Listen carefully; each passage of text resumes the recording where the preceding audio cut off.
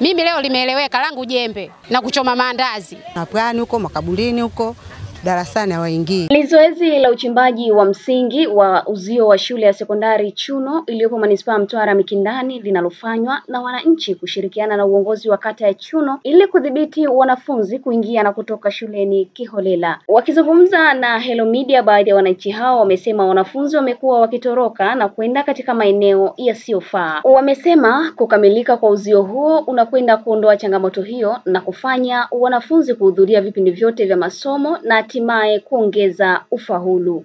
Leo tupo hapa kwa ajili ya kujitolea, tunachimba msingi kwa ajili ya fensi ili walau kuwadhibiti watoto wasiweze kutoroka na waendelee na masomo vizuri. Naumia sana baba yangu. Kikubwa ninachopenda watoto wasome kwa sababu enzi tuliokuwa sisi na wao vitu tofauti. Tarehe zinazokuja itakuwa kila kitu kinahitajika kompyuta.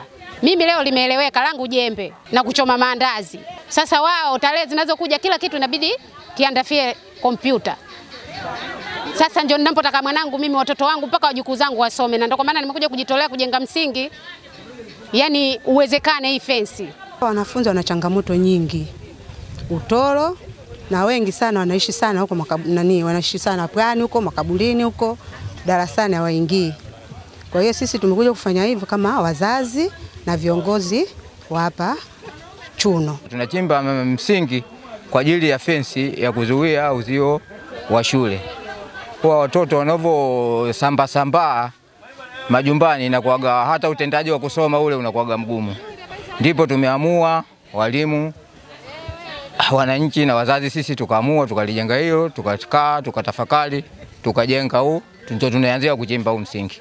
Baada ya kuchimba huu msingi tunaendelea na michango ili tujenge hii fensi. Fanikio Chijinga ni diwani wa kata ya Chuno, anaeleza namna ambavyo wao kama viongozi wameweza kuhamasisha wananchi katika zoezi hilo. Kwa kiasi kikubwa ujenzi huu unafanyika kwa nguvu za wananchi, kwa maana wananchi wa kata ya Chuno, lakini pia na wazazi na walezi wa wanafunzi wanaosoma hapa. Tulifanya kikao siku ya tarehe 1 ya mwezi huu wa 3 na wazazi, tukatengeneza maazimio ya kila mzazi kuchangia 32,000 kwa ajili ya kukamilisha ujenzi wa uzio huu, na pia tulichangisha kupitia wajumbe wetu wa serikali na kupitia watendaji wetu wa serikali za mitaa kwenye mitaa mbalimbali, na hatimaye tulifanikiwa kupata tofali 1,000, lakini pia tulipata mifuko 40 ya saruji. Lakini pia mheshimiwa mbunge naye alituahidi tupatia tofali 1,000. Kama tutafanikiwa kukamilisha huu uzio, manake hizi adha za watu kukatiza, adha za mipenyo ambao mtu hataki kupita, ili tutakuwa tumeifunga moja kwa moja.